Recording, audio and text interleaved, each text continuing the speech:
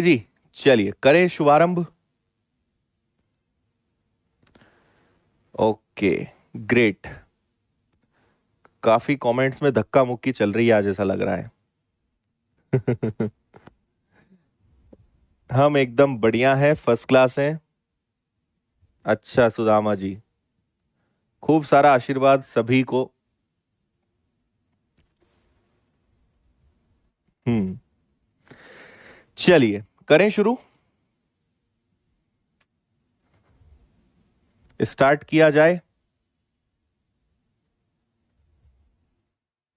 हाँ आइए, देखिए आपसे कहा गया है 3 घंटियां हर 12 मिनट, हर 15 मिनट, हर 18 मिनट नहीं सॉरी सेकंड में बजती हैं।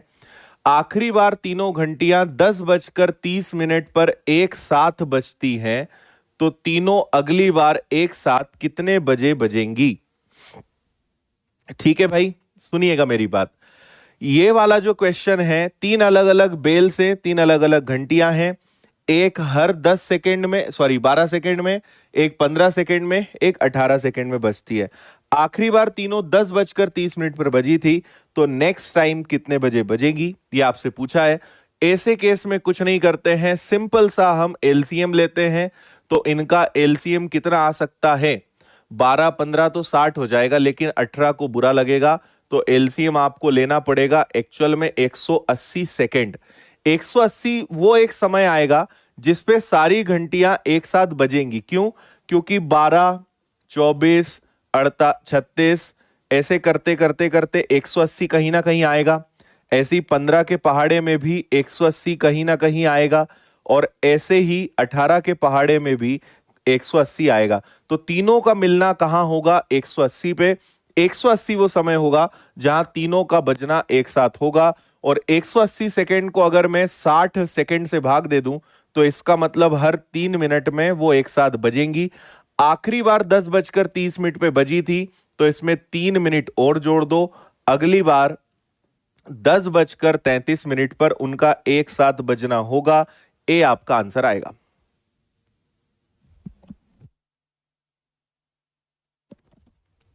बताइए, समझ में आया? हाँ भाई, देखो आपको हम पहले भी कई बार बता चुके हैं, लेकिन शायद कुछ फिर कोई नए बच्चे हैं। एक बार क्लास शुरू हो गई तो कोई फालतू की इधर उधर की बातें नहीं, सिर्फ पढ़ाई की बातें होंगी। आप कोई भी कमेंट करोगे, कोई जवाब नहीं मिलेगा आपको, है ना। सिर्फ जो चल रहा है उससे जुड़ी हुई बात करोगे, डाउट पूछोगे तो जवाब मिलेगा। हाँ, है ना। हर 3 3 मिनट में बजना होगा, तो 10:33, उसके बाद 10:36, ऐसे 3 मिनट में वो आगे बढ़ते चले जाएंगे। चलिए एक और सेम टाइप का सवाल है, सभी का आंसर आना चाहिए। बताएं, 4 घंटियां हैं, एक हर 30 मिनट में, 1 घंटे में, 1 घंटे 30 मिनट में, 1 घंटे 45 में। चलो आपको देते हैं, पहले देखते हैं आप क्या करते हो, बताओ। हाँ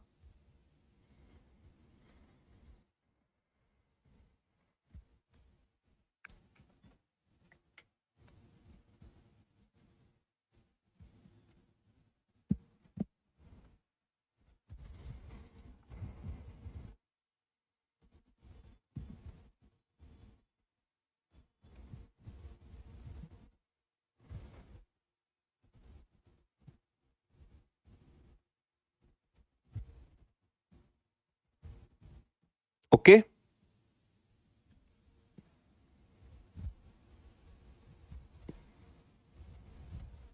हाँ देखिए, 4 घंटियां हैं हर 30 मिनट में।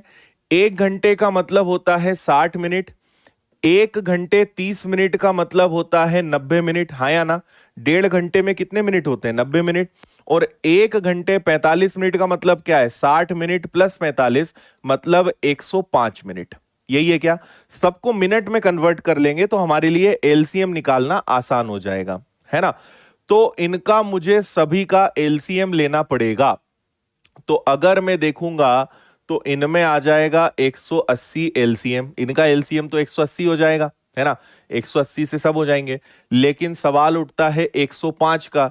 105 को अगर हम तोड़ेंगे तो 3 से 3 बार, और 35 का 3 गुना होता है, 35 को तोड़ेंगे तो 7 और 5 होता है, 5 तिया 15, 15 तो इसके अंदर है, 7 नहीं है, 7 से गुणा करेंगे तो एलसीएम आएगा 1260। हर 1260 मिनट में इनका एक साथ बजना होगा। मिनट को घंटे में बदलने के लिए फिर से 60 का भाग देंगे तो हर 21 घंटे बाद, आफ्टर 21 आवर्स।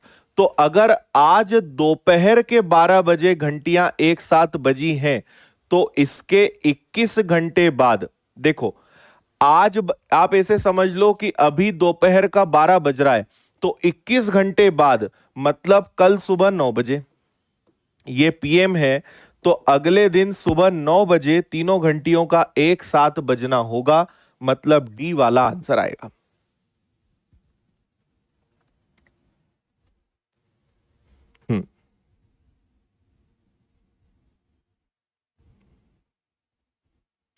बताइए, समझ में आया?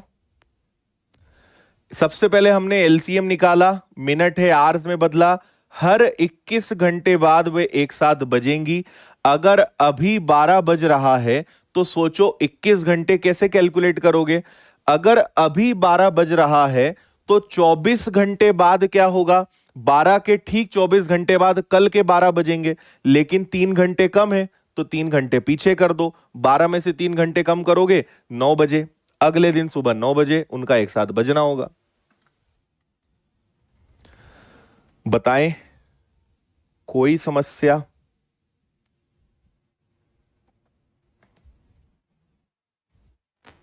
ठीक है, चलो सेम क्वेश्चन, इसका आंसर दीजिए। यहां पे धावक हैं, रनर्स हैं, लेकिन करने का तरीका एकदम सेम रहेगा।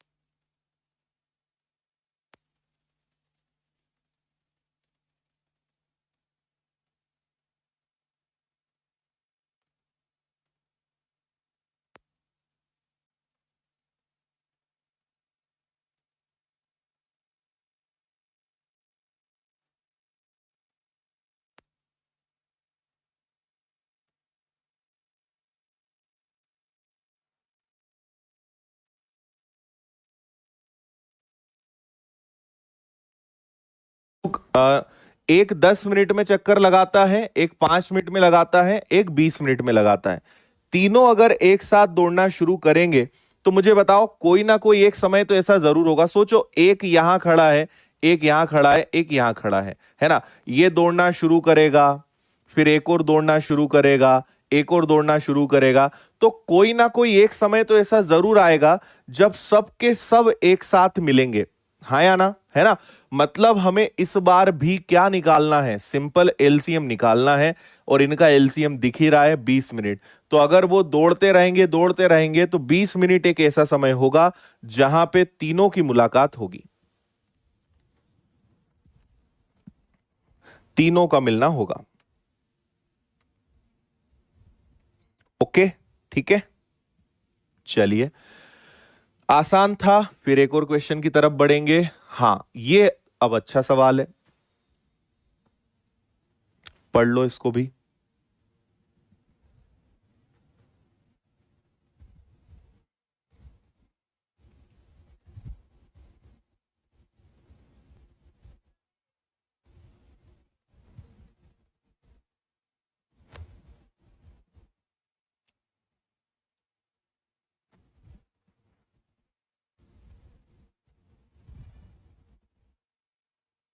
ठीक है, थोड़ा सा आज नेटवर्क का इशू हो सकता है ना? क्योंकि यहां पे हो रही है बारिश जोरदार, और थोड़ा सा नेटवर्क आज सुबह से दिक्कत दे रहा है, तो शायद थोड़ी बहुत समस्या वीडियो में आज हो सकती है ना? वैसे होती बहुत कम है, लेकिन आज थोड़ी हमें दिखाई दे रही है कुछ प्रॉब्लम।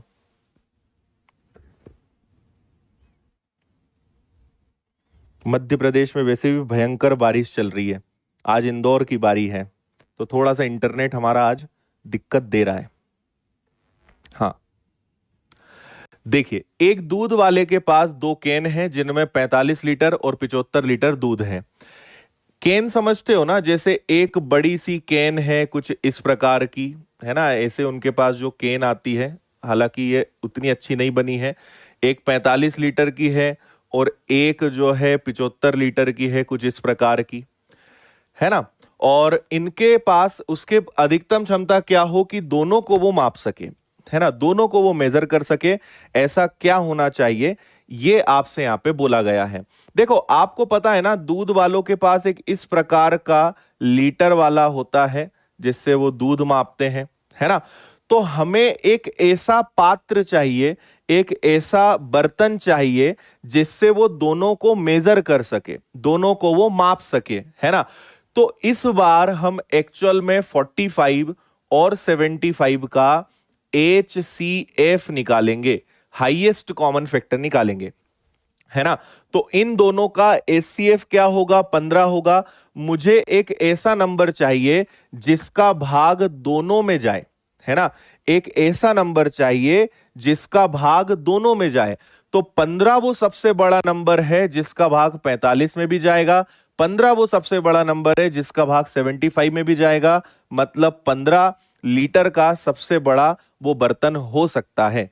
इससे बड़ी और कोई ऐसी संख्या नहीं हो सकती है जिसका भाग दोनों में जाए। बताइए, समझ में आया?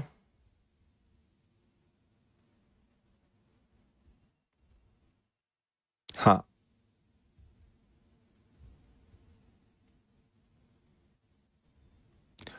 ठीक है भाई।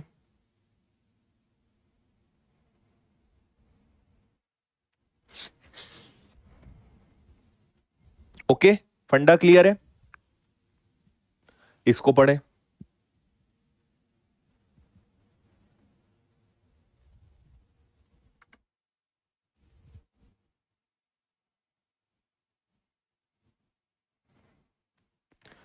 ठीक है, HCF हमने क्यों लिया, क्योंकि हमें ऐसा कॉमन नंबर चाहिए। भाई आप खुद सोचो, 15 लीटर का बर्तन होगा तो 15 लीटर से इसको 3 बार माप सकोगे, इसको 5 बार माप सकोगे, है ना। क्वेश्चन आप थोड़ा सा समझने की कोशिश करें, कैसे हम उसको मापेंगे, जिसका भाग दोनों में जाएगा, ऐसी संख्या में सोचनी पड़ेगी।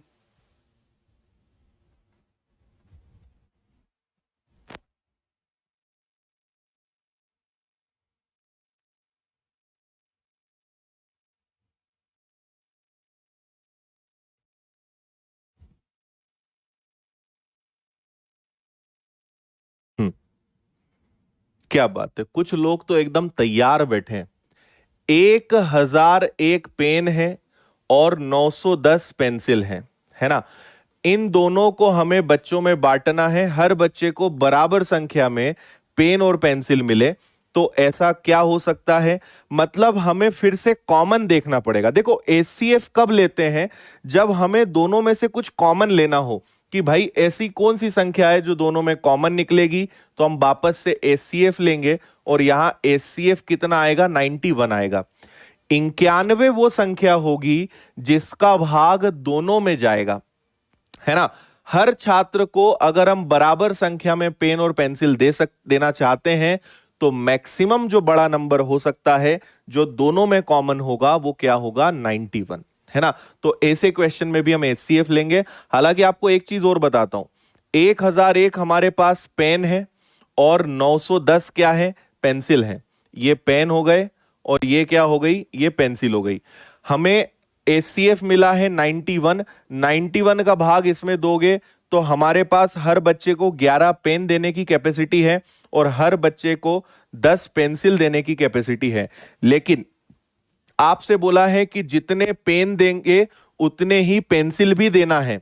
तो हम हर बच्चे को 11 पेन दे सकते हैं, हर बच्चे को 10 पेंसिल दे सकते हैं, लेकिन बराबर संख्या में देना है। तो क्योंकि पेंसिल 10 से ज्यादा नहीं दे सकते तो पेन भी 10 देंगे, मतलब हम हर बच्चे को 10 पेन और 10 पेंसिल देंगे। ये पूछा नहीं है, ये मैं आपको अलग से बता रहा हूं, इसको पूछा नहीं गया है, पूछा तो उन्होंने बस इतना ही था, लेकिन उसकी थोड़ी और गहराई में हम जा रहे हैं कि अगर हर बच्चे को पेन देंगे तो 11 पेन दे सकते हैं, हर बच्चे को पेंसिल देंगे तो 10 पेंसिल देंगे। तो पेन हमारे पास ज्यादा है, पेंसिल कम है, लेकिन दोनों बराबर बराबर देना है, तो हर बच्चे को 10 पेन और 10 पेंसिल दिए जा सकते हैं। ये है ना, तो 10 पेन और 10 पेंसिल दे सकते हैं। अगर पूछा जाता उस केस में आंसर आपका 10 आता, हालांकि ये पूछा नहीं है आपसे। ठीक है, हाँ, ऑप्शन से इजी हो जाएगा बिल्कुल। ठीक है, 13 से डिवाइड हो रहा है, कोई बच्चे बोल रहा है 13 से डिवाइड हो रहा है। प्रभु आपको अभी तक एचसीएफ का मतलब ही समझ नहीं आया। एचसीएफ का मतलब क्या होता है, इस सत्य के ज्ञान की खोज करें आप पहले। ठीक है, ये एक बहुत बढ़िया सवाल है, बहुत ही शानदार और सुंदर सा सवाल है, पढ़ें आप इसको अच्छे से।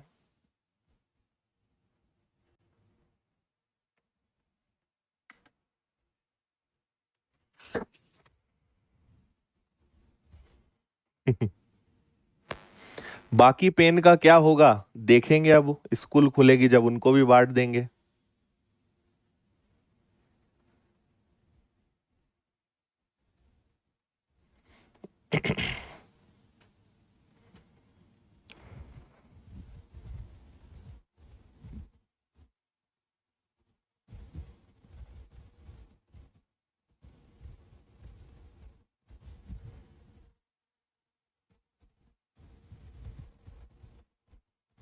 पढ़ लिया? एक हॉल है, ठीक है, हम एक हॉल डिजाइन कर देते हैं।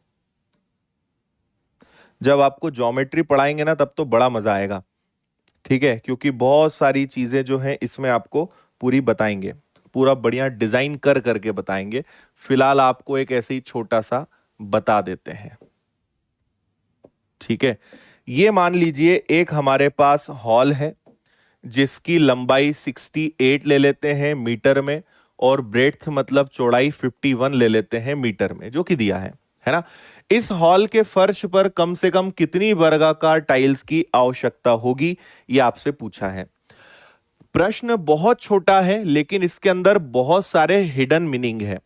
पहली बात, जब आप मेंसुरेशन चैप्टर पढ़ोगे ना, क्षेत्रमिति पढ़ोगे, तब आपको इसका बेसिक और अच्छे से मैं बताऊंगा।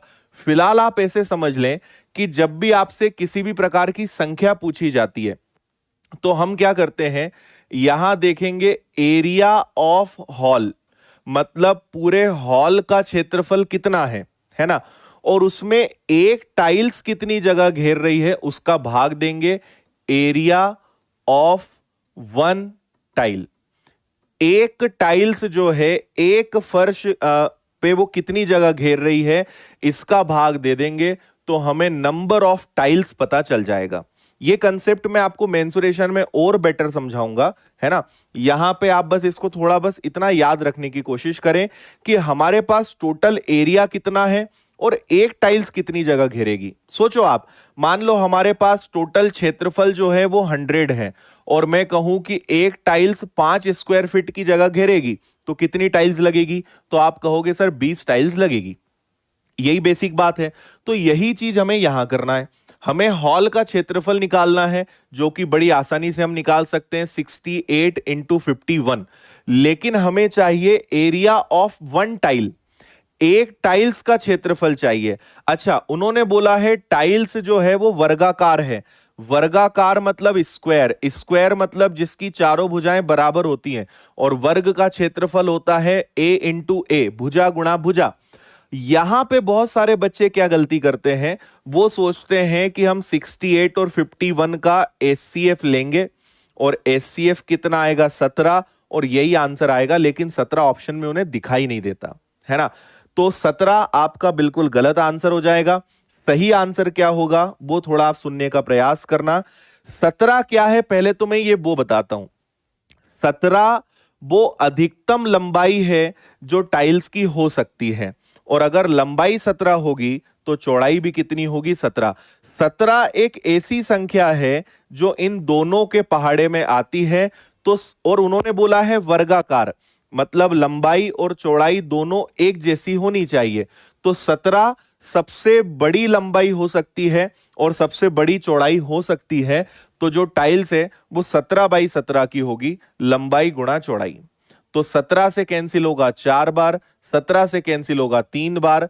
तो एक्चुअल में कितनी टाइल्स लगेंगी? 12 टाइल्स लगेंगी। बी आंसर इसका।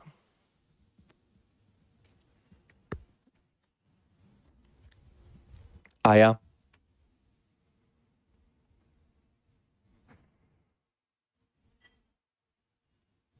ठीक है।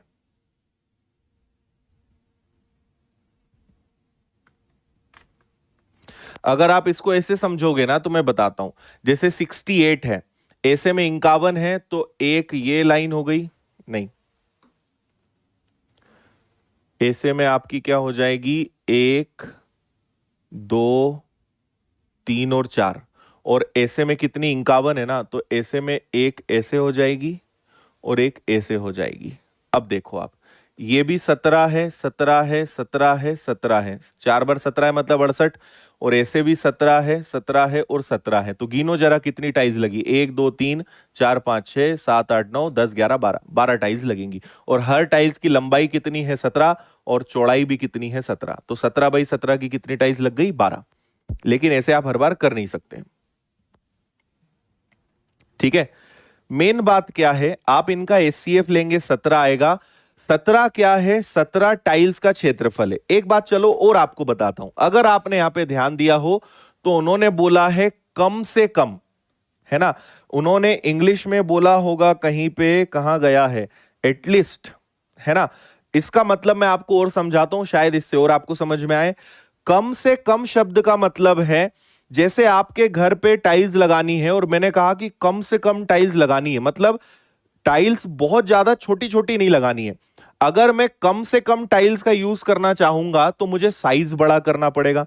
मैं आपसे बोलूंगा कि भाई साहब ये आपका हॉल है और टाइल्स कम लगाना, लगाना तो पूरे में है लेकिन टाइल्स कम लगाना, मतलब टुकड़े कम लगाना। भाई एक तरीका ये हो सकता है कि मैं बहुत सारे छोटे छोटे छोटे छोटे टुकड़े लगा दूं, ये बहुत सारी टाइल्स हो गई। एक तरीका ये हो सकता है कि आपने बढ़िया इंपोर्टेड एक बड़ी सी टाइल्स लाए और 2 टाइल्स के टुकड़े में पूरा हॉल कर दिया। तो मैं कहूंगा कि टाइल्स कम से कम लगाना। तो आप बोलोगे सर अगर टाइल्स कम लगाने का आप बोलोगे ना तो हम साइज बड़ा कर देंगे। फिर मैं बोलूंगा ठीक है साइज बड़ा होगा चलेगा, लेकिन टुकड़े ज्यादा नहीं होने चाहिए। समझे? तो उन्होंने बोला है कम से कम टाइल्स होनी चाहिए। तो कम से कम टाइल्स कब लगेगी? जब हम साइज बड़े से बड़ा ले सकते हैं। तो बड़े से बड़ा साइज 17 है। 17 एक ऐसी संख्या है जो 68 के भी पहाड़े में आती है और 51 के भी पहाड़े में आती है। तो आप अगर सबसे बड़ी टाइल्स का साइज ले सकते हो तो वो 17 है, लंबाई भी 17, चौड़ाई भी 17, ये सबसे बड़ी टाइल्स यहां पे आएगी। अब समझे मतलब? इसलिए हमने 17 लिया कि भाई सबसे बड़ा साइज क्या हो सकता है, सबसे बड़ा कॉमन नंबर क्या हो सकता है, ये हो सकता है, इससे बड़ा साइज नहीं लग सकता। तो एसी हम कितनी टाइल्स लगा सकते हैं? 12 टाइल्स लगा सकते हैं। तो क्षेत्रफल का फॉर्मूला क्या होता है? लंबाई गुणा चौड़ाई। हॉल की लंबाई चौड़ाई और टाइल्स की लंबाई और चौड़ाई, इससे मिल गया कितनी टाइल्स यहां पे लगेंगी। अब शायद आप समझे हो। चलो एक और, एग्जैक्ट टाइल्स आएंगी। ऑप्शन में 17 होता तो तुम जरूर 17 लगा के भाग आते। रिकॉर्डेड देख सकते हैं आप क्लासेस को।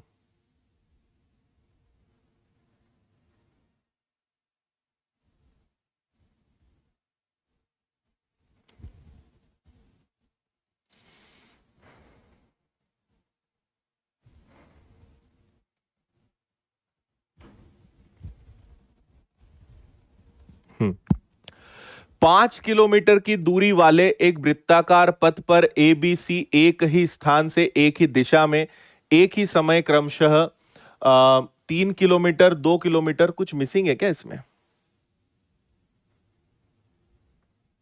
ए बी और सी दौड़ना शुरू करते हैं।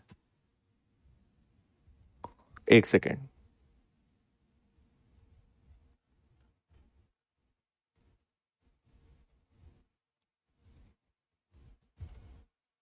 इसमें ना, हाँ, क्वेश्चन में थोड़ी सी मिस्टेक है, हिंदी इंग्लिश दोनों में है क्रमशः। यहां पे 2 1/2 मिसिंग है, इसको ऐड कर लेना आप। और इंग्लिश में भी speed of 2 1/2 kilometre per hour, इसको यहां से हटा के ये कर लेना, ये मिसिंग है। अब पढ़ लो आप, अब ये ठीक है क्वेश्चन।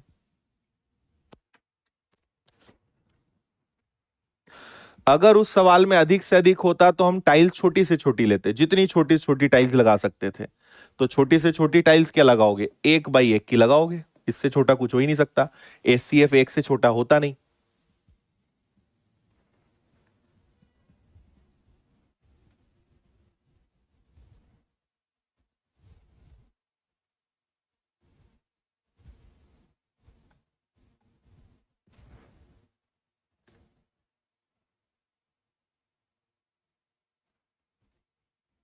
हम्म 5 किलोमीटर का एक वृत्ताकार पथ है, मतलब आप समझ लो कि एक ऐसा सर्कुलर ट्रैक है जिसकी लेंथ कितनी है, 5 किलोमीटर है, यहां से यहां तक है ना।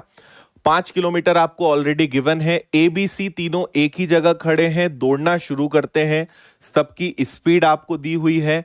तो आरंभिक बिंदु पर वे पुनः कितनी देर बाद मिलेंगे, मतलब घूम फिर के वो उस पॉइंट पे कितनी देर बाद मिलेंगे, ऐसा आपसे कहा गया है ना। अब कितनी देर बाद मिलेंगे, मतलब आपसे पूछा गया है समय, आपसे पूछा गया है टाइम। और टाइम का फॉर्मूला क्या होता है, टाइम का फॉर्मूला होता है दूरी बटे चाल, इंग्लिश में कहेंगे डिस्टेंस अपॉन में स्पीड। कितने समय में वो मिलेंगे, तो आपको समय चाहिए, है ना। और जब भी ऐसे सवाल आते हैं तो हम एलसीएम निकालते हैं। हमने धाबक वाला सवाल किया, लाल बत्ती बत्ती जलने वाला घंटी वाला सवाल किया, इनमें एलसीएम लेते हैं। तो आपको पहले तो देखना पड़ेगा कि भाई ये एक चक्कर लगाने में कितना टाइम लेते हैं, फिर उसका हम एलसीएम लेंगे तो हमें पता चल जाएगा। तो सुनो, देखो, ए को भी 5 किलोमीटर दौड़ना है, बी को भी 5 दौड़ना है, सी को भी 5 दौड़ना है। ए की स्पीड क्या है, 2.5 किलोमीटर प्रति घंटे। बी की स्पीड क्या है, 3 है। सी की स्पीड क्या है, 2 है। 5 में 2.5 का भाग जा सकता है तो 2 आएगा। 5 किलोमीटर 2.5 की स्पीड से मतलब 2 घंटे। 5 किलोमीटर 3 की स्पीड से भाग नहीं जाएगा, मत जबरदस्ती करो, रहने दो। 5 में 2 का भाग जाएगा, पॉइंट में आएगा, मत करो। अब मुझे बताओ, ये 2 है, क्या इसके बटे में 1 लिख सकते हैं? और हमें जो भी आएगा इसका हमें क्या चाहिए, एलसीएम चाहिए। एलसीएम ही निकालोगे ना। और मैंने आपको भिन्न का एलसीएम निकालना पहले दिन सिखाया था क्या? भिन्न का एलसीएम कैसे निकालते हैं, ऊपर वाले नंबर्स का एलसीएम और नीचे वाले नंबर्स का एचसीएफ। तो इनका एलसीएम क्या आएगा, 10 आएगा, और इनका एचसीएफ क्या आएगा, 1 आएगा। मतलब उनकी मुलाकात कितने घंटे बाद होगी, 10 घंटे बाद होगी। सी आंसर आएगा। बोलो।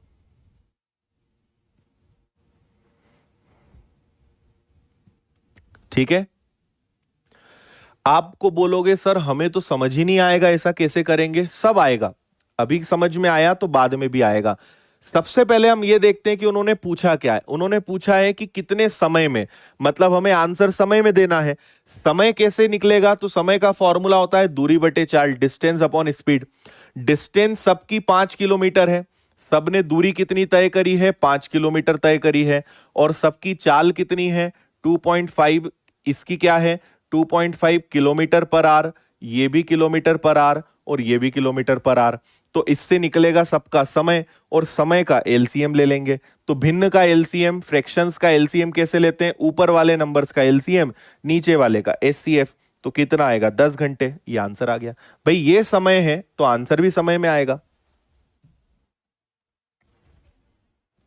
हम्म अब आया समझ में?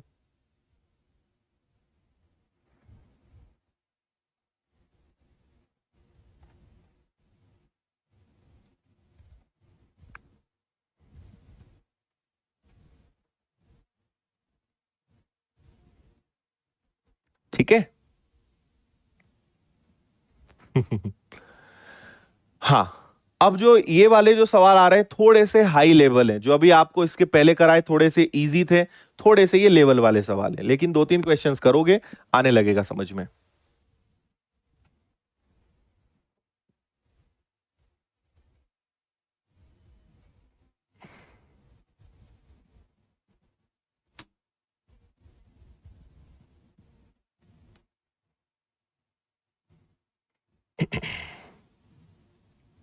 गुड।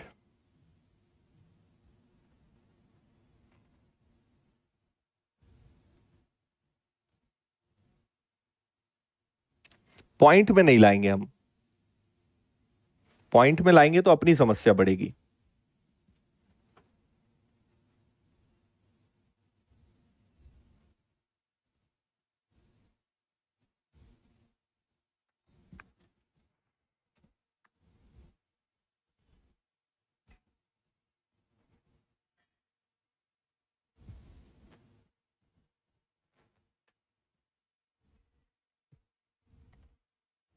हम्म, चलो बता दें।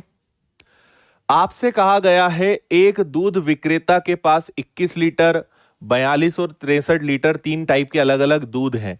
इन दूध को केनों में इस प्रकार पैक करना चाहता है कि सब में बराबर मात्रा में दूध आए। तो कितने लीटर की कैन हो कि सबकी संख्या उनकी संख्या है। देखो, एक उसके पास 21 लीटर दूध दूसरा वाला 42 लीटर है, डबल टोन्ड है ना। पहला नॉर्मल है, दूसरा टोन्ड है और तीसरा डबल टोन्ड है। 63 लीटर दूध है। इन सबको वो कैन में बराबर बराबर भरना चाहता है ना। इन सबको वो बराबर बराबर करना चाहता है। तो कितनी कैन होनी चाहिए। देखो, अब यहां पर आप सबसे पहले क्या करोगे, आप आज की क्लास का एक बार रिवीजन करना। उसके बाद थोड़ी सी जब प्रैक्टिस करोगे तो आप कभी ये कंफ्यूज नहीं होंगे कब एलसीएम लेना है कब एचसीएफ, है ना। जैसे आप में से कई लोगों को कंफ्यूजन हो भी रहा है, कुछ लोग लिख भी रहे हैं, लेकिन मैं वापस से आपसे एक ही सवाल पूछता हूं कि आपने अगर ये सवाल पहले करे ही नहीं तो कंफ्यूजन कैसे दूर होता, है ना। अब पढ़ रहे हो, कंफ्यूजन कब होता है, जब पढ़ते हैं, है ना। अगर कभी पढ़ो, बोलते हैं ना, नो स्टडी नो गेन, है ना, नो स्टडी नो कंफ्यूजन। पढ़ोगे ही नहीं तो कंफ्यूजन नहीं होगा। कंफ्यूजन कब होगा, जब पढ़ेंगे। मोर स्टडी मोर कंफ्यूजन, है ना। तो अभी आप पढ़ रहे हो, एक बार रिवीजन करोगे, थोड़ी सी प्रैक्टिस करोगे, आप समझने लगोगे कब एलसीएम लेना है कब एचसीएफ लेना है। इसलिए शांतिपूर्वक पढ़ते चलो। अभी अपने आप को बहुत बड़ा एक्सपर्ट मत मानो, आप एक्सपर्ट बनने वाले हो नहीं अभी, है ना। बनने के लिए पढ़ाई कर रहे हो, इसलिए पहले सीखो, फिर आपको आगे समझ में आएगा कब क्या करना है। तो देखो, यहां पर हमें क्या बोला गया है, हमारे पास ये अलग अलग हैं और हमें इन्हें बराबर, हमें फिक्स केन लेनी है जिनके अंदर हम बराबर मात्रा में ये पूरा दूध भर सकें। तो ऐसी कितने साइज की केन होनी चाहिए, तो केन ऐसी होनी चाहिए जो सभी में कॉमन हो। मतलब मैं एचसीएफ लूंगा और इन सब में एचसीएफ आपको दिख ही रहा होगा, ये सब 21 के पहाड़े में आते हैं। तो हर कैन जो होगी वो 21 लीटर की होगी। तो ये अगर 21 लीटर दूध है और कैन भी 21 लीटर की है तो एक कैन में काम हो जाएगा। ये 42 लीटर दूध है और 21 लीटर की कैन होगी तो दो कैन में काम हो जाएगा। और 63 लीटर दूध है, 21 लीटर की कैन होगी तो 3 कैन में काम हो जाएगा। तो मुझे 6 कैन लगेगी 21 लीटर की। 21 वो सबसे बड़ा नंबर है जो सब में कॉमन है और सबसे बड़ी संख्या का हम एक केन ले सकते हैं, है ना। भाई आप सोचो 20 लोगे तो 20 का भाग जाएगा ही नहीं। तो अगर मेरे पास 1 2 और 3 टोटल 6 केन होंगी तो 6 केन के अंदर ये पूरा दूध भी आ जाएगा और पूरी 6 की 6 केन जो है 21 लीटर की होगी। 21 से बड़ी संख्या कोई हो भी नहीं सकती।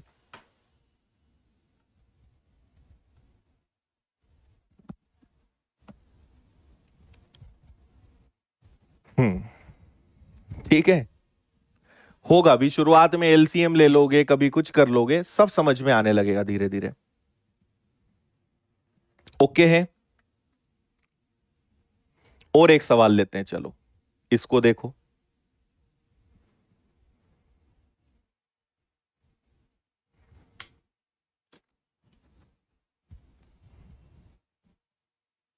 टोन्ड का मतलब क्या होता है, क्रीम निकाल लेते हैं। मलाई निकाल लेते हैं, फैट निकाल लेते हैं उसमें से।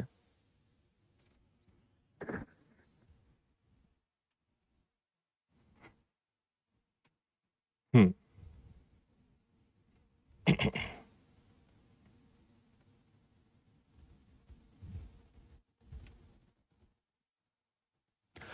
देखो, इंग्लिश की 336 किताबें हैं, मैथ्स की 240 किताबें हैं, और साइंस की 96 किताबें हैं। इन्हें हमें प्रॉपर स्टेक्स में जमाना है, मतलब जो पूरा रहता है ना, जहां बुक्स को पूरा जमाते हैं उसे स्टेक्स बोलते हैं।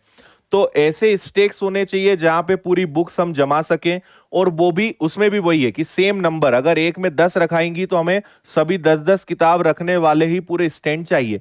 ऐसे कितने स्टैंड होने चाहिए? तो वापस से आप क्या करेंगे, आप एचसीएफ लेंगे। तो एचसीएफ क्या हो सकता है? आप चाहें तो एचसीएफ के लिए डिफरेंस मेथड लगा दो। सबसे कम डिफरेंस नहीं, सबसे कम डिफरेंस इनमें नहीं है, सबसे कम डिफरेंस इन दोनों में है। तो अगर इन दोनों में आप देखोगे कितने का डिफरेंस है, तो इनमें 96 का डिफरेंस है, लेकिन 96 में ये आता नहीं है ना। तो 96 को अगर आप तोड़ोगे तो 48 और 2 में टूट सकता है। 48 के पहाड़े में ये सब आते हैं, तो इनका एचसीएफ पता है कितना हो जाएगा? 48 हो जाएगा। डिफरेंस मेथड आपको सबसे पहले दिन सिखाई थी। तो 48 वो है कि एक स्टेक में 48 बुक्स रख सकते हैं, और 48 48 अगर रखेंगे तो एग्जैक्ट सारी किताबें जो हैं आराम से रखा जाएंगी। 48 वो है ना। तो हम 336 में 48 का भाग देंगे, 240 में 48 का भाग देंगे, और 96 में 48 का भाग देंगे। कितनी किताबें आ जाएंगी? 2। कितनी किताबें आ जाएंगी? 5। और यहां कितनी किताबें आ जाएंगी? तो ये हो जाएगा आपका कितना? ये होना चाहिए आपका 7, है ना। हाँ, 7 यहां पे। तो 7 स्टेक, 5 स्टेक और 2, 7 5 12 और 2, टोटल 14 स्टेक लगेंगे। हमारी किताबें एग्जैक्ट पूरी पूरी जम जाएगी, कोई किताब बचेगी भी नहीं, सारी फिट हो जाएगी, है ना। किताब बचनी भी नहीं चाहिए। तो अगर मैं एक ऐसा स्टैंड लेता हूं जिसमें 48 किताबें रखाएंगी, तो ऐसे मुझे कितने 14 स्टैंड लेने पड़ेंगे, जिसमें किताब सारी जमेगी और एग्जैक्ट जमेगी, ना कम ना ज्यादा, ना बचेगी ना ज्यादा होंगी। ये इसका मतलब है।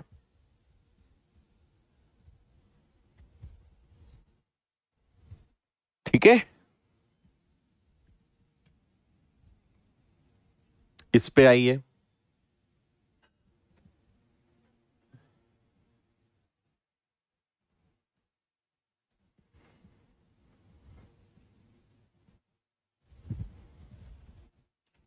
एक नौकर को निश्चित दिनों के लिए काम पर रखा गया और उसे 3239 रुपए देना था, लेकिन वो कुछ दिन अनुपस्थित रहा और उसे 2923 रुपए दिए गए, है ना। अधिकतम दैनिक मजदूरी क्या थी, मतलब उसे कितने रुपए मिलते थे? हम्म।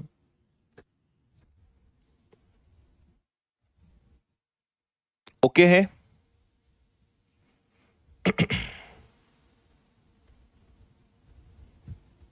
देखो, क्या होगा, उसकी एक सैलरी फिक्स होगी, ठीक है। वो जितने दिन आएगा उस हिसाब से उसको पैसा मिलेगा, और वो 3239 कमाएगा। मान लो कि वो महीने में 30 दिन आएगा, एक दिन की सैलरी मुझे नहीं पता, तो उससे जब गुणा करेंगे तो इतनी सैलरी बनेगी। अगर मान लो वो 4 दिन छुट्टी पे रहा, या मान लो एक ही दिन छुट्टी पे रहा, तो वो 29 दिन आएगा, लेकिन उसको जितना रोज मिलता है वो तो मिलेगा, तो उसकी सैलरी 2923 बनी। मतलब दोनों में कॉमन क्या है? ये तो फिक्स है कि एक दिन का मान लो उसको 80 रुपए मिलना है तो मिलेगा भाई। 30 दिन आओगे तो 30 का गुणा, 29 दिन आओगे तो 29 का गुणा, लेकिन एक दिन की सैलरी उसकी फिक्स है, इतना तुम्हें मिलेगा। मतलब आप समझो, अगर मैं 80 में 30 का गुणा करूंगा और अगर 80 में 29 का गुणा करूंगा, दोनों में कॉमन क्या निकलेगा? 80। और 80 क्या होता है? एचसीएफ होता है।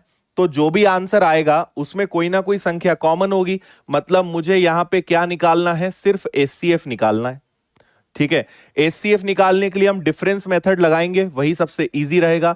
9 में से 3 गया, 3 में से 2 गया, और 32 में से गया, तो ये कितना आ जाएगा? 316। यही आएगा क्या? 9 में से 3 गया, 3 में से 2 32, 29 गया तो 316। लेकिन 316 तो एक सम संख्या है, इवन नंबर है, और इवन नंबर तो इन दोनों में हो नहीं सकता, तो हमें इसको तोड़ना पड़ेगा। मुझे दिख रहा है कि यह संख्या 4 से डिवाइड हो सकती है, तो 4, क्योंकि देखो जो भी कॉमन आएगा वो एक ऑड नंबर आएगा, एक विषम संख्या आएगी। तो मैंने 4 से डिवाइड किया, 4 इंटू 7 28, और 4 इंटू 9 36, 79 इंटू 4 79 का देखो 4 तो हो नहीं सकता, 4 इनके अंदर आएगा ही नहीं क्योंकि विषम संख्याएं हैं। तो 79 के आने के चांसेस पूरे पूरे हैं, क्योंकि 79 और टूटेगा नहीं, 4 टूटेगा तो भी फर्क पड़ेगा नहीं। तो डेफिनेटली इनका जो एचसीएफ होगा वो क्या होगा, 79 होगा। मतलब उस नौकर को हर दिन एक दिन का कितना मिलता था, 79 रुपए उसको मिलता था। तो अगर हम उसको 3239 रुपए दे रहे हैं जबकि एक दिन की सैलरी 79 है, तो क्या हो सकता है। यहां पे बेस्ट रहेगा कैलकुलेशन करने के बजाय आप यूनिट डिजिट कंसेप्ट लगाओ। 9 में किसका मल्टीप्लाई करें कि 9 आ जाए, सोचो 9 में किसका मल्टीप्लाई करें कि 9 आ जाए। 9 इंटू 0 0, 9 इंटू 9 81 का 1 होता है ना। फिर 9 इंटू 8 72 होगा, 9 इंटू 1 9 होगा, 81 आंसर 100% आएगा, करके देख लेना आप। 81 डेज 81 दिन उसकी उपस्थिति रहेगी। एकदम डिटेल में छोटी छोटी बातों को बताते हुए सारी चीजें आपको बताई है मैंने। नहीं, एक सेकेंड 9 इंटू 1 9 9 जा 81, 81 ही आना चाहिए ना।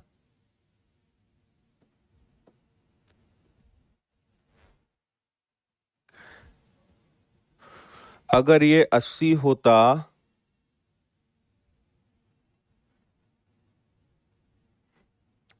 उसकी अधिकतम दैनिक मजदूरी क्या थी। अरे यार मैं डेज क्यों निकाल रहा हूं, सॉरी, पूछा ही नहीं है ना। 79 आंसर आएगा, डेज तो पूछा ही नहीं है। आपसे सिर्फ यही पूछा है कि उसको कितना मिलता है। मैं डेज में दिमाग चला रहा हूं कि कितने डेज पूछे, वो तो आपसे पूछा ही नहीं है।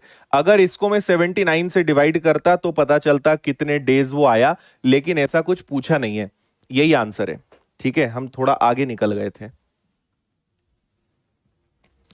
इसमें हमने 4 का भाग दिया, 316 में 4 का भाग दिया तो 79 आया। मतलब 79 और 4 का गुणा करोगे तो 316 आएगा, ऐसे आया ये। डिफरेंस मेथड, एचसीएफ की ये डिफरेंस मेथड है। पहले दिन आपको डिफरेंस मेथड सिखाइए। हाँ 41 आएगा, वैसे भी 81 नहीं आएगा, सही है। चलो आगे बढ़े।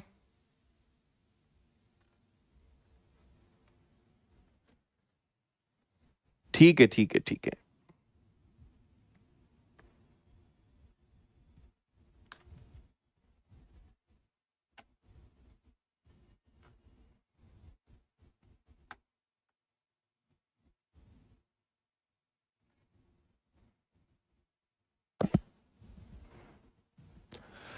एक किसान के पास 945 गायें हैं और 2475 भेड़ हैं, है ना। कुछ उसके पास शिप्स हैं और ये काउज हैं, है ना। इन्हें हर झुंड में बांटना है और प्रत्येक झुंड में गाय और भेड़ अलग अलग झुंड बनाने हैं, लेकिन सब सेम होना चाहिए। अधिकतम कितना बड़ा हो सकता है एक झुंड, अगर उन झुंड में जितने पशु हैं उतनी ही उनकी संख्या हो। ओके भाई, ठीक है।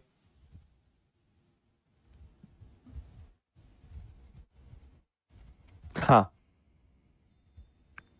हमें इनके क्या बनाने हैं, झुंड बनाने हैं, फ्लॉक्स बनाने हैं कि फिक्स आए, है ना। और जैसे मान लो 4-4 का पेयर बन सकता है, तो 4-4 जानवरों के कितने झुंड हम बना सकते हैं ये। तो ये झुंड किस पे डिपेंड करेगा, इनकी संख्या पर। मतलब हमें ऐसा नंबर देखना पड़ेगा जो दोनों में कॉमन हो, ताकि वो दोनों के पहाड़े में आता हो। तो हम यहां लेंगे एचसीएफ, ऐसा नंबर जो दोनों में कॉमन हो, उतने ही जानवर एक झुंड में रखे जा सकते हैं। तो अगर आप यहां पे इनका एलसीएफ निकालोगे तो देखो 945 के पहाड़े में तो ये आता नहीं, मतलब आंसर 945 से कम में आएगा। और अगर मैं दोनों का डिफरेंस लेने जाता हूं तो 0 7 में से 4 जाएगा तो 3 आ जाएगा, 24 में से 9 जाएगा तो ये आपका कितना आ जाएगा, 1530 आ जाएगा। 1530 पॉसिबल है नहीं, है ना। 5 से अगर मैंने डिवाइड किया तो 5 से 3 बार और 6 बार और 5 बार। ठीक है, 306 से काम बनेगा नहीं। और 5 से नहीं, 6 से, 6 पंजे 30, 6 एकम 6 और ये 5 और 6, है ना। हम्म।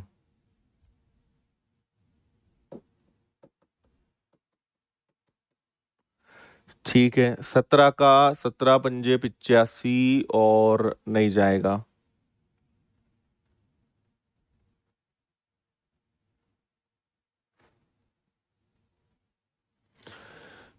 यहां पे बहुत टुकड़े टुकड़े करते जाओगे ना तो 45 आएगा। ठीक है, 45 इनका एचसीएफ आएगा। 45 वो संख्या होगी जिसका भाग दोनों में जाएगा, है ना। मतलब एक झुंड में आप अधिकतम कितने जानवर रख सकते हो? 45। तो अगर 945 गाय हैं और हमें 45 का ही झुंड बनाना है तो कितनी गाय कितने झुंड बन जाएंगे? 21।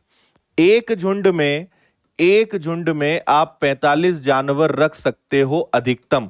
और अगर 45-45 रखोगे तो ये सब के प्रॉपर झुंड बनेंगे, कोई भी बचेगा नहीं। इसलिए एचसीएफ लेना पड़ता है ताकि जितने झुंड बनाए कुछ बचे ना, सबके सब आ जाएं। तो ये 45 हो जाएंगे। और 2475 को अगर आप 45 से भाग दोगे तो 45 का 5 गुना होता है आपका। ठीक है, 45 से 5 बार कैंसिल हो जाएगा और ये निकल जाएगा। इसके बाद वापस से 5 बार, तो टोटल 5 और 1 6 और 2 76 बनेंगे। तो आपका आंसर आएगा 45 और 76। हर झुंड में 45 जानवर और ऐसे कितने फ्लॉक्स बनेंगे, कितने झुंड बनेंगे? 76। C answer. वैसे 45 से ही आंसर हम सी दे सकते थे। ठीक है।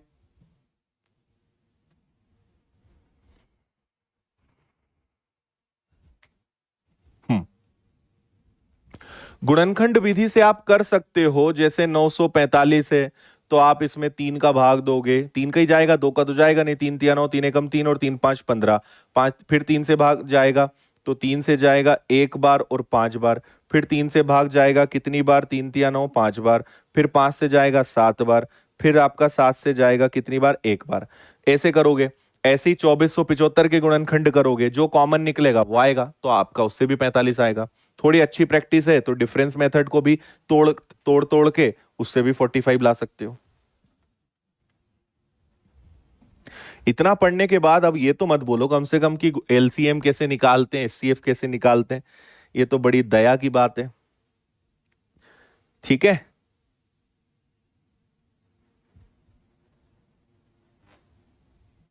हम्म। ठीक है, इससे कैंसिल होगा, इससे कैंसिल होगा, इतने झुंड बनेंगे, फ्लॉक्स बनेंगे। आइए आगे बढ़ते हैं। 3 खेत हैं। एक का क्षेत्रफल 288 है, एक का क्षेत्रफल 408 है, एक का क्षेत्रफल 552 है ना। बराबर नाप की फूल की क्यारियां बनानी। जब भी ऐसे सवाल आते हैं ना, हमेशा एचसीएफ ही निकालते हैं इन सवालों में। ये आपको अब समझ में आने लगा होगा। और प्रत्येक क्यारी की चौड़ाई 4 मीटर है तो उनकी अधिकतम लंबाई क्या हो सकती है? ठीक है, आप कुछ मत करिए, आप तो सबसे पहले इनका एचसीएफ निकालिए, फिर आगे की पिक्चर मैं समझाता हूं करना क्या है। जस्ट एचसीएफ निकालिए आप तो इनका।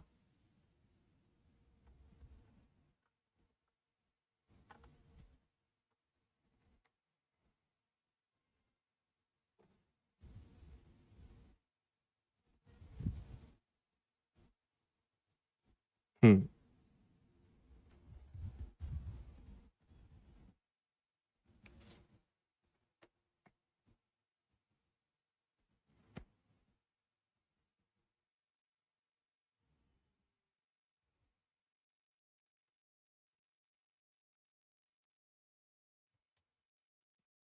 ठीक है, अगर हम डिफरेंस मेथड पे जाएं तो सबसे कम डिफरेंस इन्हीं में है। अगर इसमें देखेंगे सबसे कम डिफरेंस 52 में से 8 जाएगा तो ये आपका 44 बचेगा। क्या 144? 144 के पहाड़े में ये तो आता है लेकिन ये नहीं आता, है ना, और ये भी नहीं आता। तो 144 का और गुणनखंड करेंगे तो 144 को हम तोड़ सकते हैं 24 और 6 में। भाई 72 और 2 में भी तोड़ सकते हैं, 72 का डबल भी होता है। लेकिन 72 के पहाड़े में ये आता है, लेकिन 72 के पहाड़े में ये नहीं आएगा, तो 72 से भी काम नहीं बनेगा। तो इसको हम तोड़ते हैं 24 और 6 में, मतलब संख्या थोड़ी छोटी आएगी।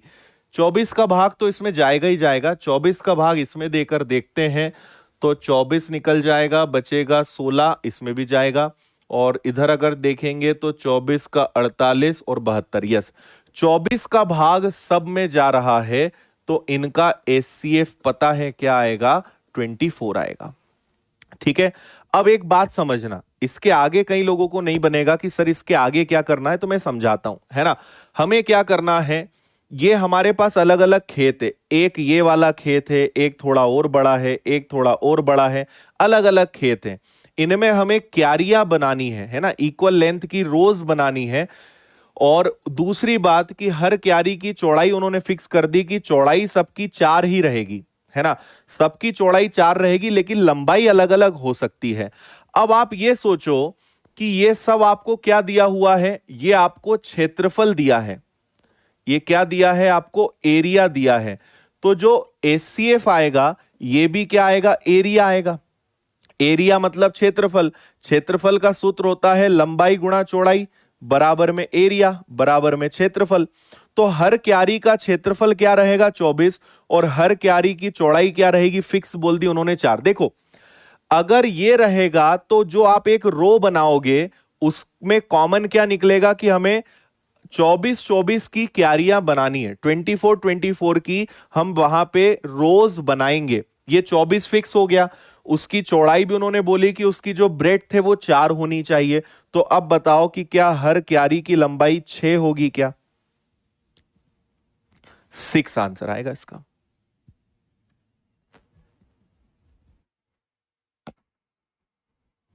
समझे।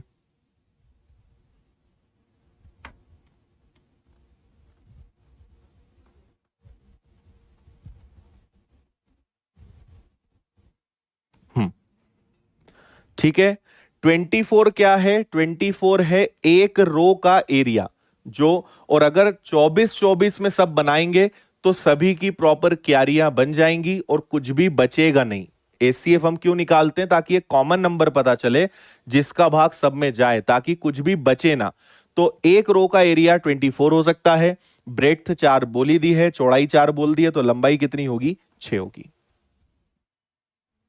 ठीक है, आपको बस एक काम करना है कि आज जब क्लास खत्म हो जाए तो जितने क्वेश्चंस करें इनमें थोड़ा सा खुद से दिमाग लगाना है कि ये क्या होगा, इसका मतलब क्या है, ऐसा क्यों कर रहे हैं। देखो जब तक खुद से रिसर्च नहीं करोगे, जब तक खुद से थोड़ा दिमाग नहीं लगाओगे, खुद से नहीं सोचोगे कि ऐसा क्यों वैसा क्यों, तो तब तक समझ में नहीं आएगा। मैंने समझा दिया आपको, समझ में भी आएगा और आप थोड़े दिन बाद भूल जाओगे। लेकिन खुद से अगर एक बार लॉजिकल सोचोगे कि ऐसा क्यों होता होगा, क्योंकि देखो ये चीजें किताबों में तो होती नहीं है, किताबों में तो सीधा सीधा मेथड लिखा रहता है। अब हमने प्रैक्टिस करी, हमने दिमाग लगाया कि अच्छा इसका मतलब ये होगा, तो हमें याद है, इसलिए क्वेश्चन कैसा भी आएगा बन जाएगा। अगर रट्टा मारोगे, आप सोचोगे कि बस आंसर आ तो रहा है यार, छोड़ो क्या हो रहा है, तो ऐसे में आप ज्यादा लंबे खेल नहीं खेल पाओगे ना, आप बहुत प्रकार के क्वेश्चंस कर पाओगे।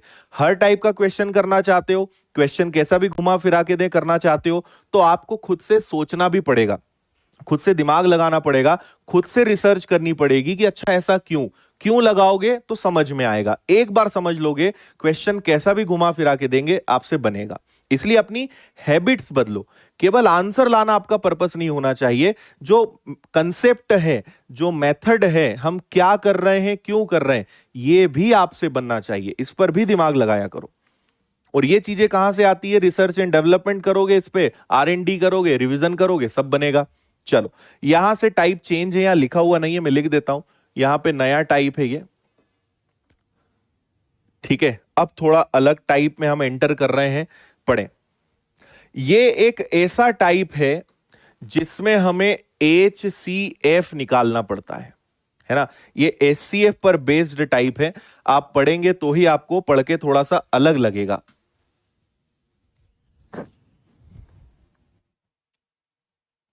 हम्म,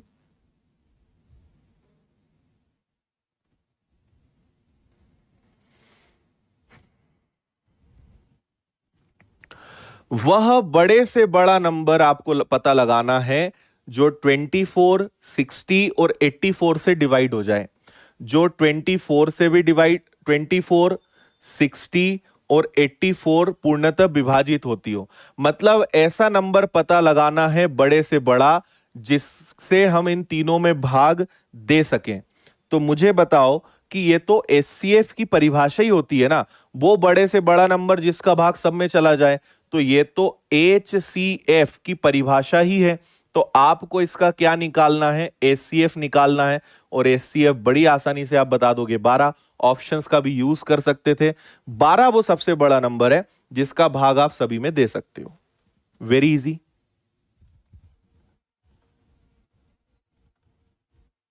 हाँ, आइए इस पे 99, 123 और 183, इन सबको भाग देने पर समान शेषफल बचना चाहिए।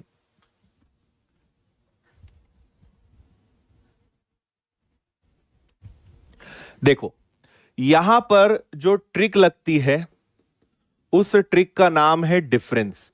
ये आपके लिए, बहुत सारे बच्चों के लिए नया टाइप, नया क्वेश्चन हो सकता है। थोड़ा सा मेरी बातों को ध्यान से सुनना।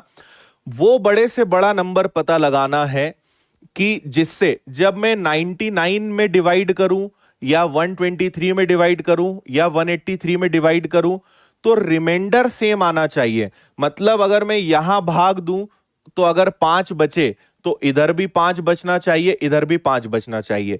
तीनों का रिमाइंडर सेम होना चाहिए। वो कौन सा नंबर होगा जिससे भाग में सब में दे सकूं? तो इसका तरीका होता है डिफरेंस। क्या मतलब है डिफरेंस का? इन दोनों का डिफरेंस लीजिए 24, इन दोनों का डिफरेंस लीजिए तो 3 में से 3 जाएगा, 18 में से 12 जाएगा। और इन दोनों का भी डिफरेंस ले सकते हैं क्या? तो इनका डिफरेंस 84 आएगा। और डिफरेंस का एचसीएफ लेते हैं तो इनका एचसीएफ कितना आएगा? 12। तो 12 वो नंबर है कि जिसका भाग मैं किसी में भी दूंगा। करके देख लो आप, 99 को अगर मैं 12 से डिवाइड करूंगा, 12 8 जा 96, 12 96, 96 निकल जाएगा, 3 बचेगा। 123 में अगर 12 का भाग दूंगा तो 120 चला जाएगा, 3 बचेगा। 180 चला जाएगा, यहां भी 3 बचेगा। तो 12 वो सबसे बड़ा नंबर है जिसमें मैं भाग दूंगा और सब में रिमाइंडर सेम बचेगा। तो पहले हम डिफरेंस लेते हैं और डिफरेंस लेने के बाद एचसीएफ लेते हैं तो हमें नंबर पता चलता है। और हर बार रिमाइंडर कितना बचेगा? 3 बचेगा।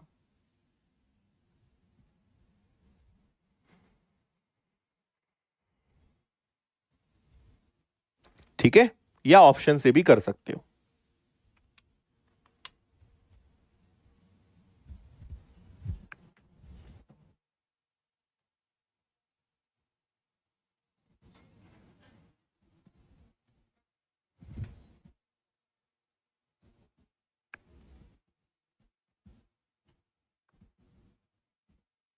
हम्म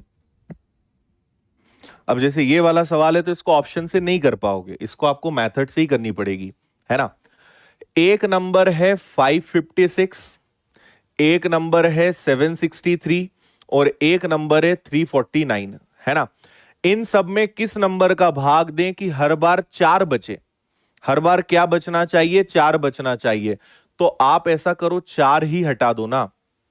ठीक है, अगर 4 सब में से हटा दोगे तो ये आ जाएगा 759। इसमें से 4 माइनस कर दोगे तो 345। हर बार 4 बचे, तो अगर मैं 4 हटा दूंगा तो फिर ये ऐसे नंबर्स बन जाएंगे, इनमें सबका पूरा पूरा भाग जाएगा। तो अब हम इनका एचसीएफ निकालेंगे, है ना। तो इनका एचसीएफ निकालने के लिए सबसे कम डिफरेंस मुझे इन दोनों में ही दिखाई दे रहा है ना। तो अगर इन दोनों में मैं डिफरेंस लेने की कोशिश करता हूं तो 345 और 552 में कितने का डिफरेंस आएगा? अच्छा, इनमें और इनमें ज्यादा डिफरेंस में कोई वो नहीं है ना। तो एक काम करते हैं, या इनमें कम डिफरेंस आएगा क्या? इनमें ज्यादा कम डिफरेंस आएगा शायद, नहीं इनमें ही आएगा। ठीक है, 345 के बाद 445, 545 मतलब 200 और उसके बाद आ जाएगा 7। जो भी आंसर आएगा वो 207 के मल्टीपल में होगा। लेकिन 207 के पहाड़े में तो ये कुछ नहीं आते हैं, तो इसको और फर्दर ब्रेक करेंगे। इसको अगर हम ब्रेक करेंगे 3 से कैंसिल हो सकता है। 3 इंटू 6 18 और 3 इंटू 9 ये 69 और 3 हो सकता है। 69 के पहाड़े में ये सब आते हैं क्या, इसको हम चेक करेंगे। तो 69 को अगर हम देखेंगे, है ना, 69 हालांकि ऑप्शन में भी है, तो अपने संभावना बहुत ज्यादा है कि ये सबसे डिवाइड हो जाएगा। 69 का पहाड़ा अगर मैं 6 बार लेता हूं तो 5 कैरी 4 36, और ये आ रहा है, नहीं 5 नहीं 4, 5 बार लूंगा, 5 कैरी 4 30 और 4, ये तो आ रहा है 5 बार में, ये 5 बार विभाजित हो जाएगा। इसको अगर मैं देखूं तो ये आपका क्या हो जाना चाहिए, ये आपका हो जाना चाहिए 8, 72 का 2 7, 48 और 7, ये भी आ रहा है ना, 8 बार में ये भी आ रहा है। और इसको अगर देखूंगा तो ये कितना हो जाना चाहिए, ये आपका हो जाना चाहिए शायद 11, 9, यस, पूरे नंबर हो रहे हैं। 69 आंसर है आपका। 69 वो नंबर है जिसका भाग सभी में चला जाएगा, करेक्ट है। ओके,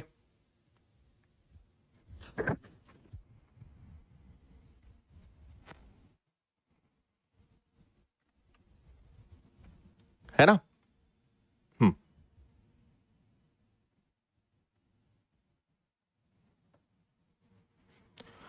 वह बड़े से बड़ा नंबर जिसको 17 26 43 से भाग दें तो हर बार 1 2 3 बचे। ऑप्शन से कर लोगे जल्दी हो जाएगा, नहीं तो फिर मेथड से कर लेंगे तो भी हो जाएगा। 17 से भाग दें तो 1 बचे, मतलब 17 में भाग दें, 26 में भाग दें तो 2 बचे, और 43 में भाग दें तो 3 बचे। तो आपको बस इनका क्या लेना है, एचसीएफ लेना है। 16 हो नहीं सकता, 8 हो जाएगा, आंसर है 8। Okay, feeling better. Hmm, good, सबके आंसर आ गए। इसको और बता दो, अधिकतम संख्या जो 307 और 330 को डिवाइड करने पर 3 और 7 दे, तो 3 और 7 हटा दो, ये कितना आ जाएगा, 304 आ जाएगा, और ये कितना आ जाएगा, 323 आ जाएगा, है ना। इनका हमें एचसीएफ लेना है, तो इनका एचसीएफ लेंगे तो डिफरेंस से एकदम आसान, 23 में से 4 गया 19, 19 का भाग दोनों में जाता है क्या, 19 जाएगा, तो बचेगा कितना आपका, 114 जाएगा, 19 जाएगा तो कितना, यस, दोनों का भाग जाता है, 19 आंसर आ गया।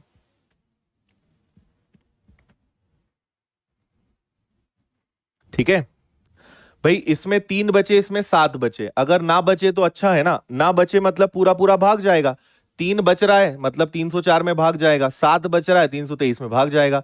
इनमें कॉमन क्या है, 19 है, 19 सबसे बड़ा नंबर है जिसमें भाग जाएगा, और अगर इनमें भाग दोगे तो 3 बचेगा ही भाई। 304 में अगर पूरा भाग जा रहा है तो 7 में 3 बचेगा ना, 323 में पूरा भाग जा रहा है तो 330 में 7 बच ही जाएगा, कोई समस्या नहीं है। इसको करिए।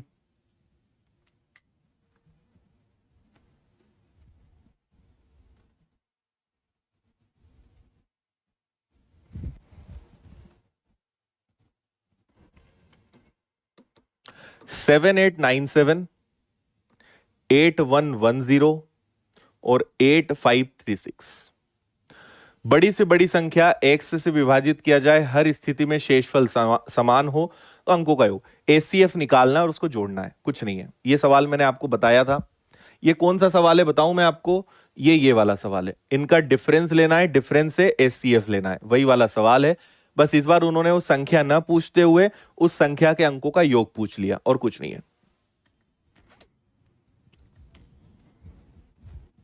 सोचो, इनमें डिफरेंस लेंगे तो 10 में से 7 जाएगा तो 3 बचेगा, 10 में से 9 जाएगा तो 1 बचेगा, और यहां पे 80 में से जाएगा तो 213 बचेगा। इनका डिफरेंस लेंगे तो 6 गया, 3 में से 1 गया, और 85 में से ये गया, तो ये कितना आ जाएगा, 426 आ जाएगा, है ना।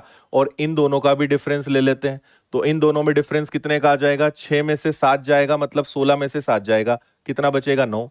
फिर कितना हो जाएगा, यहां बचेगा 2, 12 में से 9 जाएगा तो 3, और 84 78 होगा तो ये 6 हो जाएगा। ठीक है, 21 का 3 गुना, यस। तो मुझे बताओ कि 213, 426 और 639। इनका एचसीएफ क्या होगा? इनका एचसीएफ 213 होगा, क्योंकि 213 के पहाड़े में सब आते हैं। इनके अंकों का योग 3 2 5 और 1 6। ए आंसर है इसका।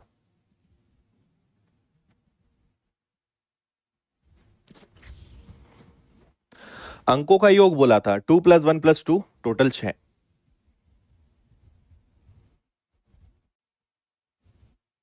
ठीक है जी।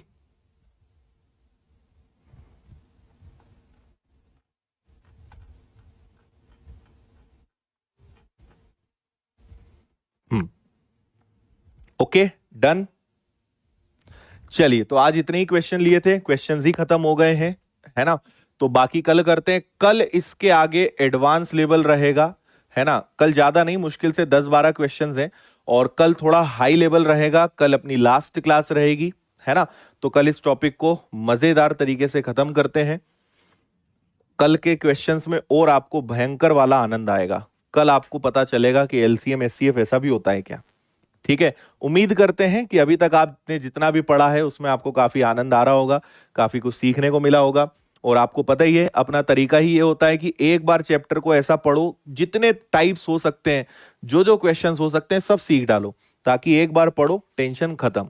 और हर चैप्टर ऐसे ही चलता है अपना, आप जानते ही हैं। ठीक है, चलिए, तो कल मिलते हैं।